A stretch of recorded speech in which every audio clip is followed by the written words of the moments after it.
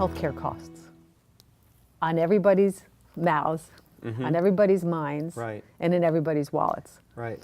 But I actually wrote a blog recently about the fact that healthcare costs is our own fault. And you and I are very in sync in terms of that. We are. That we want to blame the medical industry. Right. And yet it starts with us. It does. Right? It does.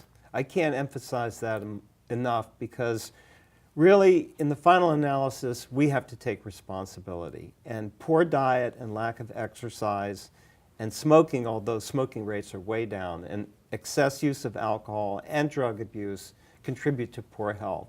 So in the president's budget for 2017, the $4 trillion budget of the United States, the federal budget, $1.2 trillion was set aside for health care, 28%.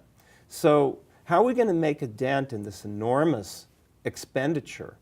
The way that we're going to do it has to come from each individual. There has to be a cultural change that we're talking about. Yeah, I mean, and I really have seen this cultural shift, and I've watched it as I've watched my children grow, watch the way that parents are teaching their children. We, as adults, are teaching our children to solve their problems with pills and medication and surgery. Right. Rather than exercise, healthy eating, drink water. If the kid says, I have a headache, right? And I mean, you know, an infrequent thing, right? I don't Yes. mean like a chronic issue. Right. But let's try drinking some water first. And how much have you been drinking? Kids don't necessarily hydrate properly. Right. We have a quick right. fix society in the West that we're exporting actually to other parts of the world.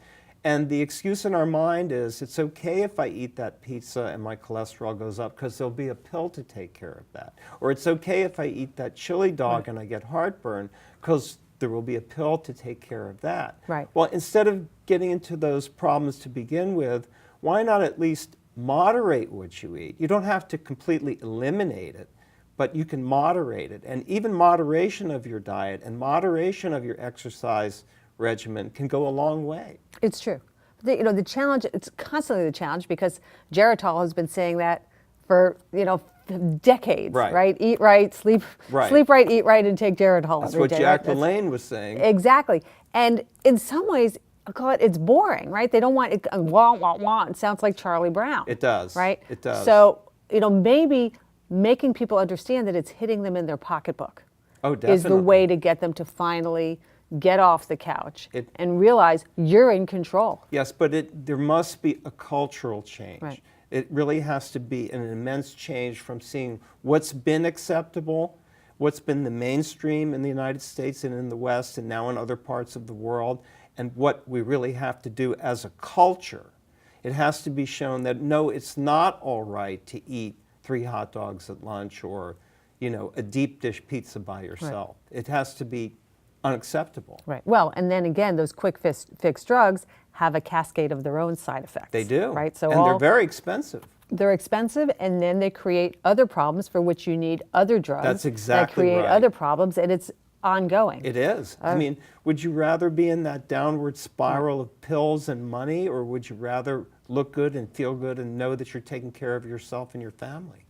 I'm with you. Right. All right, people, it's a choice. It is. Don't get caught in that financial aspect. Like, you make the right choices up front, and that doesn't mean you can never have pizza. Exactly. It just means have a salad with it at least. Well, the Greeks said everything in moderation. So. It is true. Right. And the college kids said, including moderation. Right. All right, thank you, David. Welcome. If you like what you just saw, do me a favor, share it. The healthcare challenge is really a problem for all of us. And the more we can get this information out and get people taking better care of their health, the healthier we will all be. We have more videos with Dr. Sherer, as well as his blog, What Your Doctor Isn't Telling You, at our website, bottomlineinc.com.